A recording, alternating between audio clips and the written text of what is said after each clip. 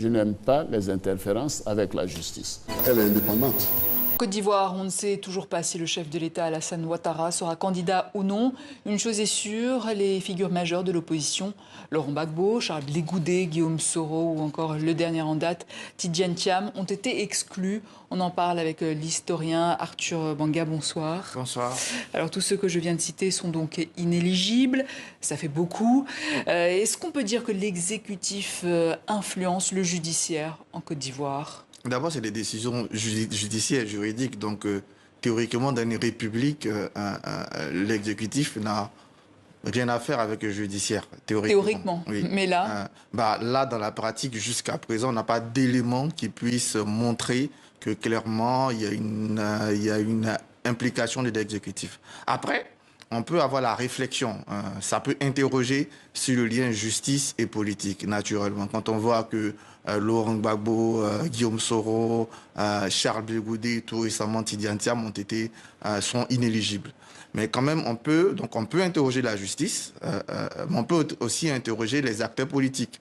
Il y a quand même des situations relativement différentes. Il y en a une qui est liée à la crise post-électorale, c'est celle de Charles Blé Goudé et de Laurent Gbagbo, qu'on peut mettre dans un ensemble de réflexions sur la crise. Il y en a une qui est liée à une tentative de coup d'État, c'est celle de Guillaume Soro. Il y en a une dernière qui est quand même liée à une application directe des lois ivoiriennes. Et là, je pense que on peut interroger aussi la responsabilité des politiques. Parce que, voyez-vous, madame, l'article, le code de nationalité dont il est question dans ce cas, il date de 1961. Le président Tidjane Thiam a été élu en décembre 2023 à la tête du PDC-RDA. Il a attendu 15 à 16 mois avant de renoncer à sa nationalité. Je pense que s'ils avaient entrepris plus tôt les démarches de rénonciation et s'ils avaient pris le temps de regarder quand même les lois de 61 et de 2016, on aurait pu éviter cela. Donc je pense que la réflexion sur ce lien justice-politique doit être une réflexion qui doit naturellement intégrer, comme vous l'avez dit dans votre question, le lien entre l'exécutif et le judiciaire dans le jeu politique. Mais c'est une question aussi que doit poser le politique face au juridique.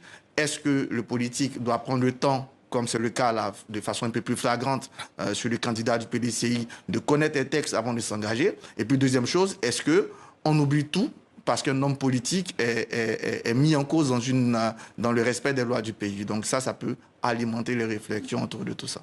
Pour donner à la justice les moyens de son indépendance, en avant. Elle est indépendante. Alors, monsieur le directeur, la question qui suit, c'est sûr que ça va susciter beaucoup de passion. On reproche à la justice ivoirienne de ne pas être indépendante. Qu'en est-il réellement? Oui, vous voyez, je souris parce que... On a parlé de passion. Hein. Oui, c'est clair et net. Tout le monde est passionné autour de l'indépendance de la justice. Parce qu'il y a beaucoup de choses qui en découlent. L'économie, la quiétude des citoyens. Vous savez... Le bonheur partagé même dans sa communauté. L'équité, c'est important. Quel est le professionnel qui ne rêve pas d'être indépendant dans l'exercice de ses fonctions? Pas moi en tout cas. Pas le juge. Le juge est plus jaloux que quiconque de son indépendance. Pour preuve, le ministère de la Justice, conscient de ce problème, a organisé un colloque international sur l'indépendance de la justice. Et on a invité, en tout cas, le maximum de sommités qui connaissent pour réfléchir au problème de l'indépendance de la magistrature. Mais ce qu'il faut comprendre, c'est qu'il y a une distinction à faire. Il y a le juge d'un côté et il y a le ministère public, c'est-à-dire le parquet, les procureurs de l'autre.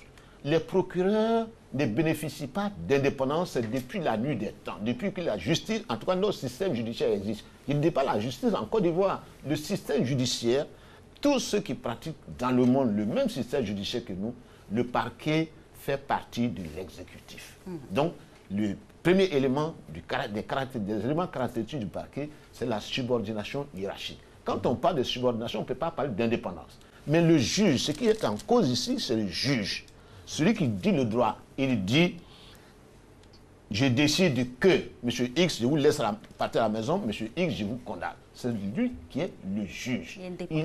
Il prend sa décision en exécution de la loi en toute indépendance. Les juges de Côte d'Ivoire, oui, le 25 juin, on peut le dire, sont indépendants. Absolument. Quand il prononce la décision, nul n'a le droit de dicter une décision à un juge. Les juges de Côte d'Ivoire, M. Daniego, sont hermétiques à des coups de fil nocturnes ou diurnes, leur demandant de faire pencher la balance d'un côté ou... Mais le juge, c'est ce qu'il doit faire.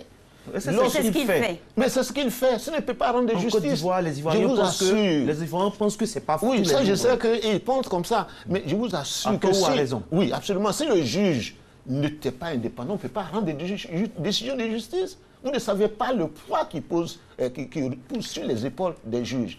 Vous allez voir, généralement, lorsque les gens posent le problème d'indépendance, c'est par rapport au pouvoir. Bien évidemment. Oui, chaque fois que le problème d'indépendance a été posé, c'est par rapport au pouvoir. Or, l'indépendance de la justice, ce n'est même pas par rapport... Nous ne considérons même pas cela comme un problème. C'est par rapport au citoyen. Le citoyen que vous considérez comme étant vraiment le plus petit. D'accord. Il est confronté à un problème.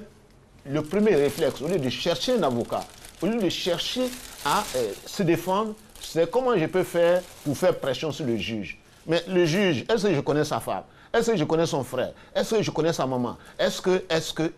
Ça, c'est le comportement des citoyens, ça. En définitive, pour terminer, monsieur le Croyez-moi, directeur... donc le juge, s'il tenait compte de ça, vous n'allez pas avoir de décision dans ce pays. Il faut avoir confiance en nos juges en Côte d'Ivoire. Oui, absolument. Ça, je vous le certifie. On peut dire qu'elle rend des jugements qui sont quelquefois surprenants, mais elle est indépendante. Et puis nous avons des magistrats de très très bon niveau. Mais seulement, il y en a quelques-uns, il y a quelques brebis galeuses dans la magistrature. Bon, et ceux-là, ils jettent le discrédit sur le reste. On peut dire qu'elle rend des jugements qui sont quelquefois surprenants, mais elle est indépendante. On peut dire qu'elle rend des jugements qui sont quelquefois surprenants, mais elle est indépendante. Au-delà de tout cela, il faut maintenant s'assurer que la justice aura son autonomie et qu'il n'y aura pas d'interférence du pouvoir politique avec la justice. Et ça, c'est quelque chose à laquelle je tiens. Quelquefois, quand des gens m'appellent, on dit « Ah, président, on a un dossier qui... » Je dis « Non, mais ce n'est pas moi le juge. » Appelez, allez-y au tribunal comme tout le monde. Je n'aime pas les interférences avec la justice. Je n'aime pas les interférences avec la justice. Je n'aime pas les interférences avec la justice.